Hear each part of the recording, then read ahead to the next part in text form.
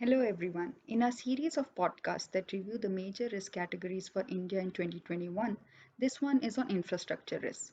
Our two analysts from MidCat's predictive risk intelligence team who will be presenting this today are Radhika Halder and Athira Ekanath. Radhika has a master's in international relations from University of Sussex. She also has a bachelor's degree in political science from Maitreyi College. She is based out of Kathmandu and has previously worked and interned with organizations like NITI Foundation and Center for Research and Sustainable Development in Kathmandu. She also has a recently published book called Understanding Suicide Terrorism to her credit. Athira has a master's in Homeland Security and Anti-Terrorism from National Forensic Sciences University. She also has a bachelor's in technology from SRM University. She is currently based in Bengaluru and has previously worked and interned with organizations such as Greenpeace India and PricewaterhouseCoopers. Before moving further, may I request you all to subscribe to our YouTube channel by clicking on the bell icon. Over to you, Radhika.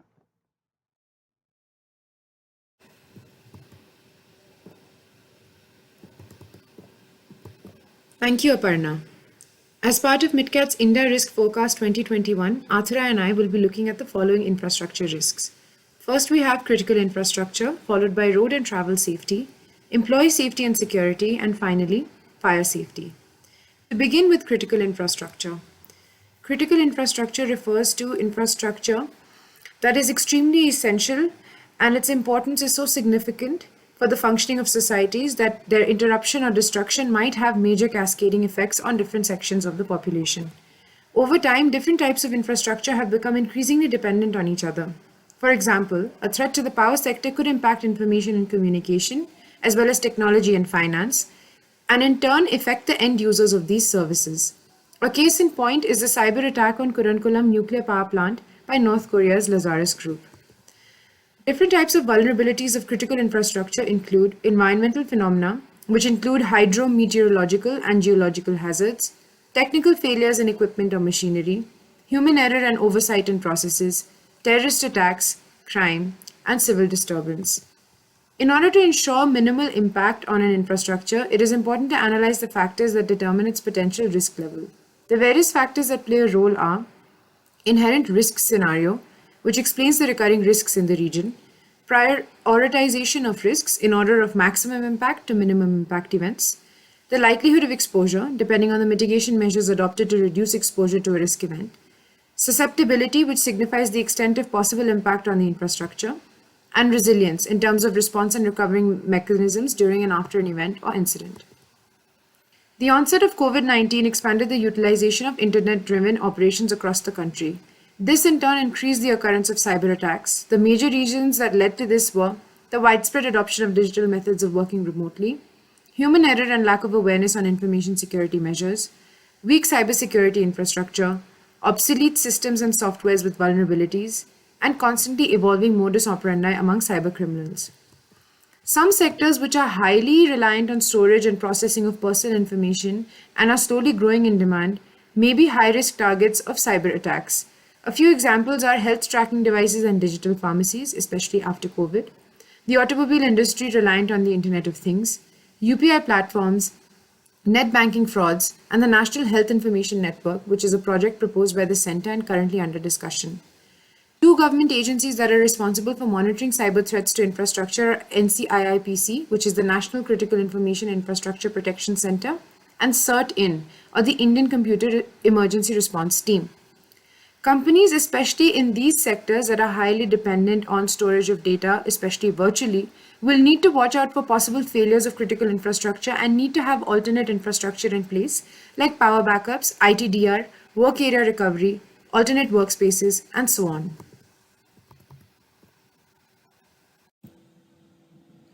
Road safety. Road safety issues directly impact the growth of multinational and large national corporations operating across various sectors. Productivity and supply chain, such as transportation of goods, raw material, and products, as well as ensuring employee attendance, are all dependent on safe and efficient transport. As per the Ministry of Road Transport, around 153 deaths occur from road accidents on an average every week, which comes to 8,000 deaths a year.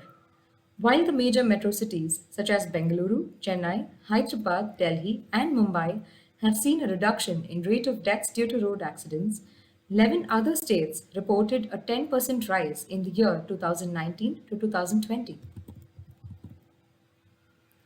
The predominant causes of road accidents are unavailability of infrastructure such as foot over bridges, traffic signals, lighting, and road design, driving infractions such as using a mobile phone while driving, not wearing a seatbelt, and jumping signals, delayed emergency response by paramedics due to traffic congestion or poor accessibility reduce the chances of survival.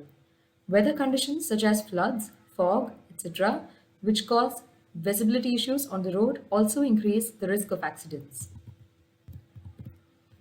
Road safety incidents could affect businesses in different ways. Duty of care obligations in terms of both legal and ethical aspects, loss of raw material, or delay in transporting them to manufacturing units, which further cause a delay in production and sale. Delay in supply of final product to markets, cost of insurance payable to victims, as well as lost productivity or sales due to long periods of absenteeism by victims during recovery. Organizations must ensure to take basic steps to mitigate the likelihood of road accidents among their employees to avoid the previously mentioned consequences to their businesses. Some of the best practices include focus on awareness building through seminars, social media, and internal communication from the management, tie up with verified professionals or trainers to provide training on employee driving behavior as well as first aid on roads. Ensure verification of documents pertaining to outsourced drivers. Ensure that in-house vehicle fleet is serviced and maintained periodically. Educate employees on road safety regulations, policies, and rights and duties on the road.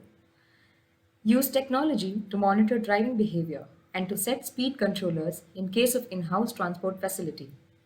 Also, provide company transport to reduce driving fatigue for employees that increase the risk of road accidents and also improve the ease of parking management.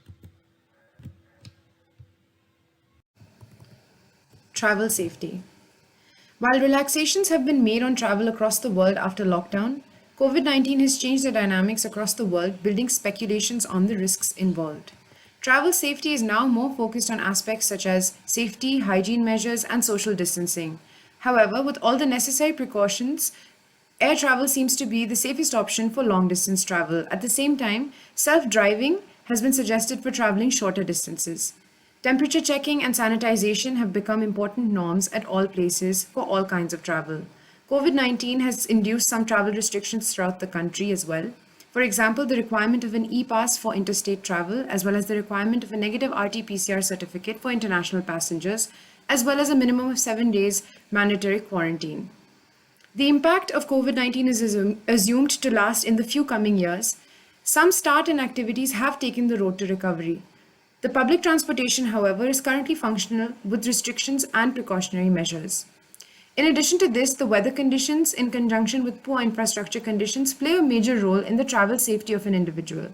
For instance, during the monsoon season, low-lying flooding and waterlogging is a common phenomenon, often leading to traffic congestion and delays. The most recent example of the same was witnessed in the metro city of Hyderabad, as well as in other states like in Telangana and Andhra Pradesh in October 2020. Public transport and crowded places in India have generally been the epicenter of petty thefts, pickpocketing, bag snatching, and sexual assault. Women in India are therefore advised not to travel alone at night and avoid deserted areas. Mitigating these risks is essential in order to ensure a safe society.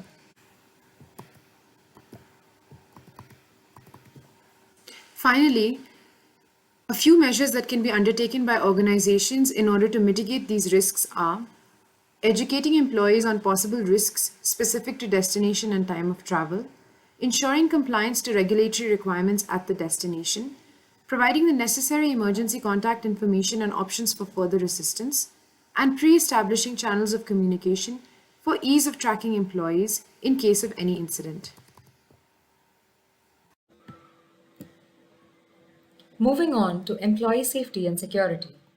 Prevention of occupational hazards and diseases is an integral part of economic activities as high safety and health standards at work are as important as good business performance to ensure employee well-being. The Occupational Safety, Health and Working Conditions Code of 2020 received the President's assent on 28 December 2020.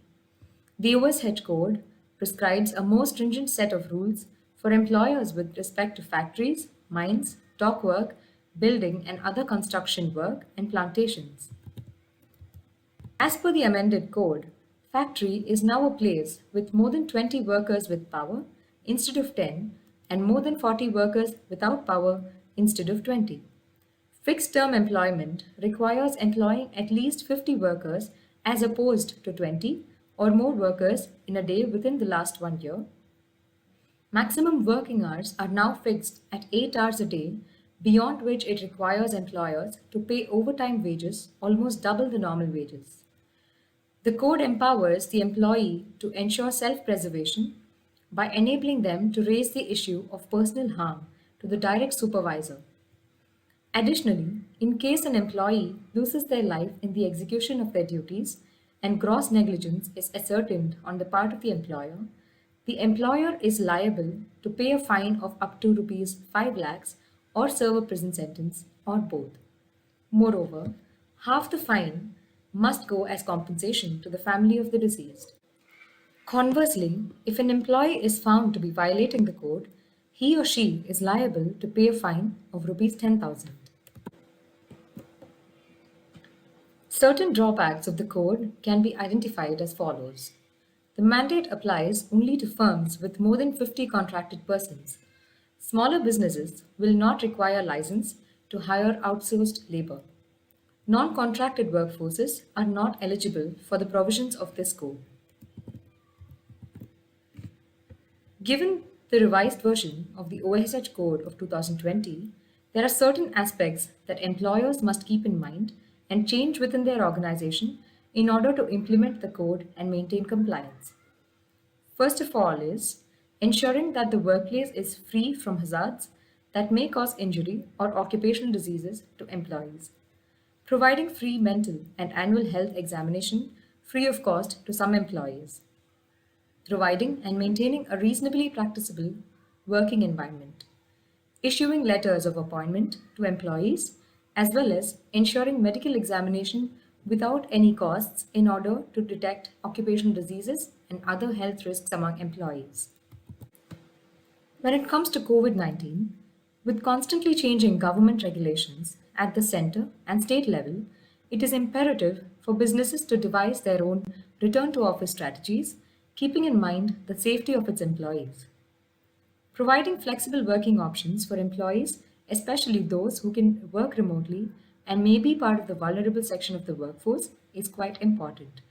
Revising the shift timings to organized staggered shifts, identifying and bringing back only the mission critical roles that are required to be present on site, as well as maintaining hygiene practices like regular sanitization and health checks, including temperature screening, social distancing, and physical barriers, are the most important practices to ensure a healthy work environment.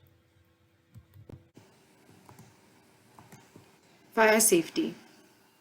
The frequency of fire-related accidents in India has led to the implementation of several regulations, but the adherence to these standards has been lackadaisical.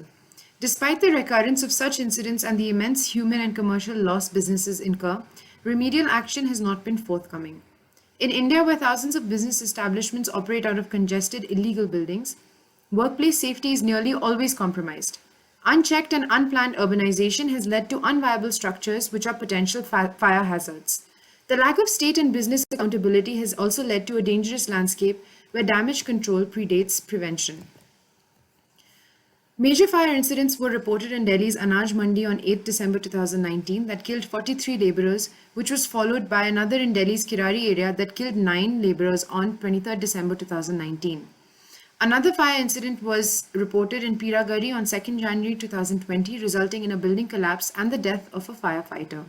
On the 1st of July 2020, a boiler blast took place at the thermal power plant of Neyveli Lignite Corporation, causing the death of 6 workers and severe injuries to 17 workers.